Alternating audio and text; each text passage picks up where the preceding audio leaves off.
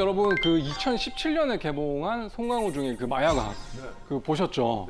거기 보시면 이제 그 영화가 이제 1970년대를 배경으로 주인공이 이제 마야강으로 성장하고 몰락하는 그런 과정을 그린 실화를 바탕으로 한 건데 그때 이 송강호가 이제 일본 교수, 그러니까 속칭 그 제조업자를 교수라고 하는데 교수한테 이제 제조 기술을 터득을 해서 굉장한 막대한 수익을 올리죠. 근데 나중에 이제 검거되는 과정에서 제조 시설이 다 이제 파괴되는 그런 장면이 나오는데 그 이후에도 이제 1980년대에 이제 마약과의 전쟁을 실시하면서 사실 마약 이제 공백기가 발생할 정도로 이제 제조 기술업자들이 대부분 이제 사라졌죠. 그래서 제가 재직했을 당시에도 뭐 공공연히 하는 말이 필로폰은 제조 시설은 없다 이제 국내에 그렇게 지금 확인을 하고 있거든요.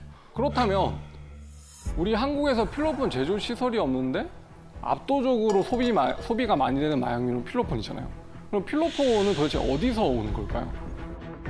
밀수 해외에서 해가지고 맞습니다. 그래서 독특한 이제 밀수 수사와 단속에 대해서 얘기를 이제 좀 해보려고 하는데 삼면이 바다로 이제 둘러싸여 있는 우리나라의 지리적 특성상 부산이나 인천같이 공항과 항구가 있는 곳에 이제 주로 필로폰들이 많이 들어오거든요. 관세청의 탐지 요원분들이 엑스레이 판독을 통해서 과자 봉지처럼 생겼는데 안에 이상하게 알약 같은 게 막 들어있더라.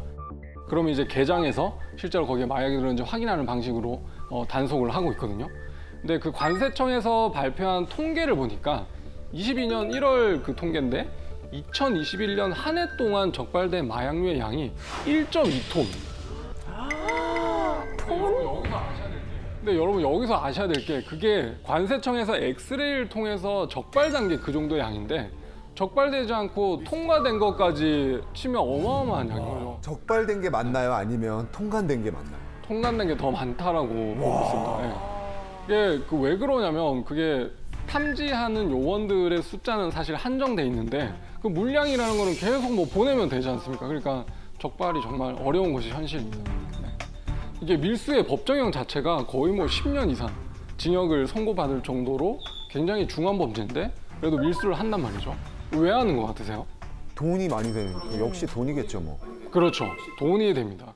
돈이 얼마나 되냐? 거의 8배에서 10배 정도의 많이 나는 원가보다 미국에서 그 필로폰의 도매가가 뭐 예를 들어서 100원이면 한국에 들어오는 순간 800원으로 뛰는 것처럼 거의 8배의 도매가가 뛰는데 그 도매가에서 또 소매가로 소분해서 판매를 하는 경우까지 생각하면 정말로 어마어마한 수익을 벌어들이게 되는 거죠.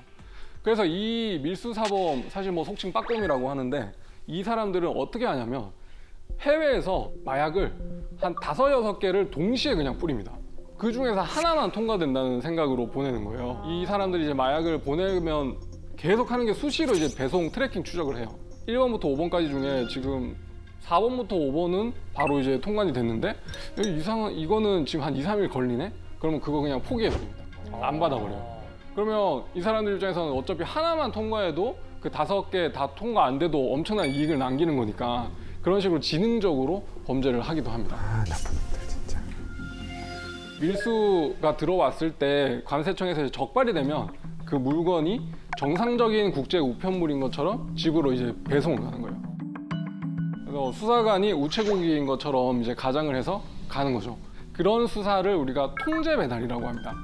컨트롤 딜리버리라고 해서 그 수사관과 같이 이제 그 물건을 가지고 가서 그 물건이 본인 거 맞으세요? 해서 맞습니다 하고 PD에 딱 서명하면 긴급 체포해서 데려오는 거죠.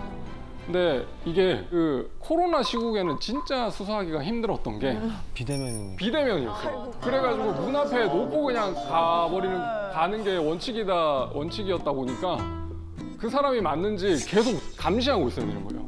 그러네. 네, 그래서 공개된 주택 같은 경우에야 옆에 차 대고 이제 계속 그래도 편하게 좀 앉아 있을 수 있겠지만 아파트 뭐 7층이다 8층이다 이러면 그 감시가 되게 용이한 곳을 이제 확보하기가 쉽지 않으니까 굉장히 좀 애로가 있었던 기억이 납니다. 사전에 그 누가 받을지 인적사항을 특정할 수가 없거든요. 그래서 보는 순간에 그냥 긴급으로 체포를 해서 집으로 들어갑니다. 집에 들어가서 그 사람의 휴대전화나 뭐 혹시 보관하고 있는 마약류는 없는지 압수수색을 실시하거든요. 실제로 이 밀수사범들을 현장에서 만나면 자백하는 사람이 한 명도 없었습니다. 다 이거 내가 시킨 거 아니라거나 뭐 안에 마약류가 들어있는지 몰랐다. 내 물건은 맞지만. 그래서 이 수사하는 입장에서는 마약류와 관련된 증거를 이제 그 수집하는 데 사활을 겁니다. 그래서 주거지 압수수색을 통해서 혹시나 마약류가 발견됐다. 그러면 그 사람은 평소에도 마약류를 취급하는 사람이니까 이게 하나의 보강 증거가 될 수 있고, 또 휴대폰을 압수수색 해봤더니 해외에서 보낸 그 배송책이 그 송장을 이제 사진 찍어서 보내주는 경우가 많으니까 송장까지 있으면 그 사람이 이제 범인이라고 알 수 있는 거죠. 그다음에 또 마약 수사에서 특이한 게, 마약 수사는 마약류에 대해서 이제 압수를 하잖아요. 근데 마약류를 이미 투약해가지고 없어요. 그래도 너는 마약류 대신에 마약류에 상응하는 돈을 내라고 해가지고 그 돈을 추징을 해요. 그래서 취급했던 마약류가 소비되고 없어져도 그 돈을 이제 추징을 하는데, 그럼 계산을 해야 되잖아요. 그 마약류가 얼마인지. 그래서 이제 대검찰청에서는 한 달마다 그 전국의 그 마약류 시세를 조사를 합니다. 근데 어떻게 보면 시장 가격이 있어요. 시장 가격이 없지만 이게 실제로 사건에서 이렇게 얼마에 판매되는지를 거래 이제, 가격. 그렇죠. 메모를 해가지고 통계를 냈고, 아까처럼 뭐 텔레그램 마약방도 참고를 해서 가격을 매기죠. 제가 이제 작년 2022년도 상반기에 이제 시세 조사 결과를 보니까 필로폰이 1G 1g에 한 70만 원에 거래가 됐어요. 근데 그게 비싸다. 한 5년 동안 변함없는 가격이었거든요. 근데 거의 뭐 2달 간격으로 가격이 뚝뚝 떨어지더니 마지막 퇴임할 때는 한 40만 원까지 내려가는 경우도 있어요. 그만큼 많이 들어와요. 역대급으로 들어오니까 뭐 정말로 안타깝죠. 너무 쉽게 싸게 구할 수 있다는 게. 제가 이제 그 퇴임하기 직전에 이제 수사했던 그 에피소드가 굉장히 기억에 많이 남아서 한번 공유를 해볼까 합니다. 여느 때와 마찬가지로 이제 마약이 들어왔어요. 그래서 그걸 이제 통제 배달을 가서 집 앞에다 이제 우편물을 딱 놔놓고 기다린 거죠. 그러니까 태국인이 와서 그걸 딱 잡으려고 하는 순간에 이제 체포해서 데리고 왔어요. 아까 마약 사건은 상선 수사가 기본이라고 했지 않습니까? 그러면 이제 그 수거책을 잡으면 그 수거책한테 그 마약을 잡아서 이제 유통하는 사람들을 잡아야지 수사가 완성이 되는 거니까, 그 사람한테 그 태국인 통역사랑 같이 이제 설득을 하는 겁니다. 당신 이제 그 여기서 형을 살고 이제 태국으로 이제 강제 추방이 되면 가족들이 이제 얼굴 볼 텐데, 조금은 더 빨리 이제 돌아갈 수 있는 방법이 마약 밀수 사건에서 유일한 선처 수단이 그 수사 협조다. 네, 그래서 상선에 대해서 협조를 하는 것만이 감형받을 수 있는 유일한 요소이기 때문에 좀 얘기해달라. 오랜 시간 설득을 했어요. 그래서 설득하는 과정 속에서 그 사람이 알았다. 내가 한번 도움을 주겠다라고 해가지고 자기가 이제 뭐 메신저 보이스톡으로 이제 연락하는데 한번 해보겠다. 그래서 통역사랑 같이 이제 스피커폰에서 들었어요. 아, 받았어. 이 물건 이제 어떻게 하면 돼? 이렇게 했대요. 근데 당시에 근데 통역사분이 뭐라고 하냐면, 검사님 이거 지금 태국어 아니라고. 태국어 아니라 무슨 소수민족 언어인데 일단 제가 이거 녹음해가지고 그 이 언어 아는 통역사한테 좀 다시 재통역을 의뢰해야 되겠어요. 네, 검사실 안에서 그 태국 통역사분이 친구분한테 그거를 이제 들려주고 들어봤더니 그때 이제 그 몽족이라는 얘기를 처음 들었어요. 그래서 그 사람이 썼던 소수 민족 언어가 그 몽족 언어였고, 이런 내용이었어요. 아니, 누나 지금 옆에 수사관들 옆에 서 있고 다 잡혔어. 그랬더니 그 옆에 그 통화 상대방 그 누나가 야 그거 필로폰이라고 몰랐다고 해야 돼. 너 알면 그거 큰일 나. 이런 식으로 해서 다 끊어버리더라고요. 그래서 오랜 또 설득 끝에 나중에 들어보니까 그 누나가 이제 한국에서 뭐 물건 받아주면 그거 1,000만 원 정도 줄 테니까 그 일 한번 해보라고 해서 하게 됐다고. 근데 이제 그 다음번에 뭐 계속 이제 태국인이 검거가 되는 거예요. 태국인들을 잡아서 이제 똑같이 상선 추적을 해보니까 다 이제 그 상대방이 몽족 언어를 쓰는 사람이었던 거예요. 그 누나.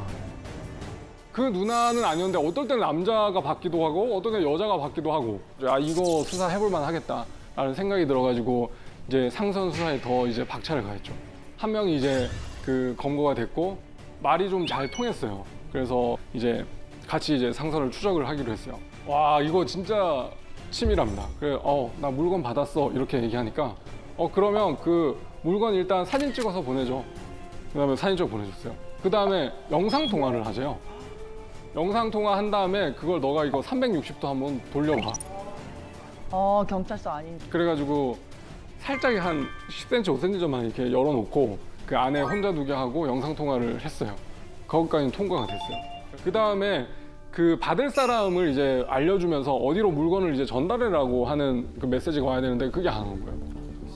의심하는 건가? 의심을 하는 것 같아요. 그래가지고 또 전화해가지고 이제 설득을 했는데 안 넘어오더라고요. 그래서 이제 작전회를 또 하다가 이제는 강공을 한번 해보자. 야, 너가 나 지금 못 믿는데 이거 그럼 내가 먹을게. 내가 먹은 다음에 이거 판매할 거니까 너 뭐 알아서 해. 그렇게 하고 초강수다, 초강수. 탁 끊어버렸어요. 그랬더니 몇 시간 뒤에 이제 그 사람이 전화가 왔어요. 전화를 받았더니 지금 이제 내 이제 부하 시켜가지고 너네 집 지금 찾아가고 있다. 부모님 이제 다 죽여버리고 지금 가고 있다고 협박한 전화를 하는 거예요. 지금 출발했다고 하는 거예요. 어떡할 거냐? 사실대로 얘기해라. 그래서 일단 끊었죠. 너무 고민이 되는 거예요. 여기서 만약에 걔를 설득을 시키면 어쨌든 수사가 될 수도 있는 건데 근데 이분도 어쨌든 형을 보역하고 고국으로 돌아가면 부모님 곁으로 가야 되는 거니까 너무 갈등이 되는데 결국에 못했습니다. 포기를 했죠. 너무 부담이 되기도 하고 이 사람도 어쨌든 고맙게 수사 협조를 해줬는데 그런 것까지 이용하면서 이걸 밝히는 건 좀 아닌 것 같다라고 해서 거기서 수사가 종결이 됐던 그런 사례도 있습니다. 네. 결국에는 한국에서 그 약을 받기로 한 사람 못 찾았습니다. 네. 너무 계속 궁금하고. 활약치고 있겠네요, 네, 지금. 그렇죠. 그리고 계속 이제 해마다 이제 압수되는 마약류, 밀수되는 마약류 양이 늘어나고 있다는 거는 그만큼 국내 이제 조직이 탄탄해지고 있다는 건데 뭐 그런 거를 이제 발견해서 일망타진하면 굉장히 좀 의미가 깊은 수사일 거라고 생각을 합니다. 정말 의도치 않게 비자발적으로 마약에 중독되는 경우들도 실제 수사에서 많이 만나볼 수 있습니다. 최근에는 이제 주부분들이 뭐 특정 병원에서 이제 다이어트 약 많이 처방받으시거든요. 맞아요. 그게 이제 그 향정신성 의약품인 뭐 펜터민과 펜디메티라진이라는 그런 성분이 들어있는 약인데 먹으면 이제 중추신경계에 작용을 해서 배고픔을 좀 있게 하니까 밥을 덜 먹게 되고 이제 살이 빠지게 되는 그런 원리거든요. 그래서 이 주부분들이 그 뭐 중고거래 그런 사이트 많지 않습니까 요즘에? 그거를 판다고 올리는 거예요. 그 채소 마켓 거기서. 네, 그 채소마켓 거기에 올려가지고 근데 또 경찰관분들이 거기에서 그 모니터링에서 단속을 또 하시거든요.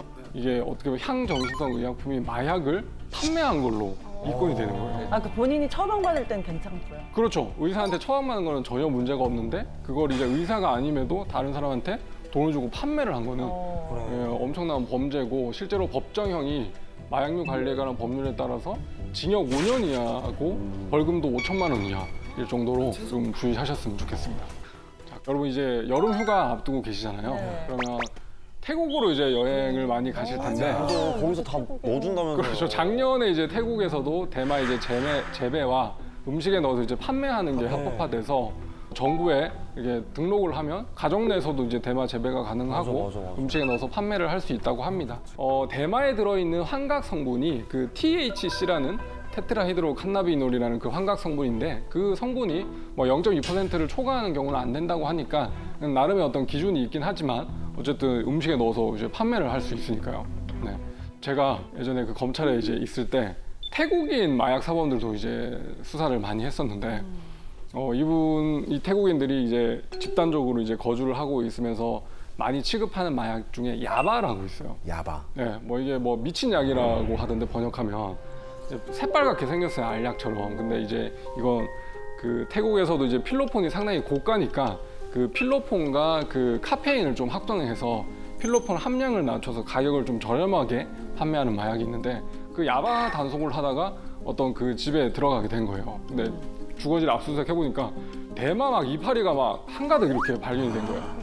그래서 조사를 해서 물어보니까 이거 대마 흡연하려고 가지고 있던 거 아니냐, 누구한테 받았냐 그랬더니 자기 이거 흡연하려고 한 게 아니라 음식에 넣으려고 그 옆 친구가 선물을 해준 거라고. 아니 무슨 얘기하는 거냐, 이거 대마를 왜 음식에다 넣냐라고 제가 엄청 추궁을 했거든요.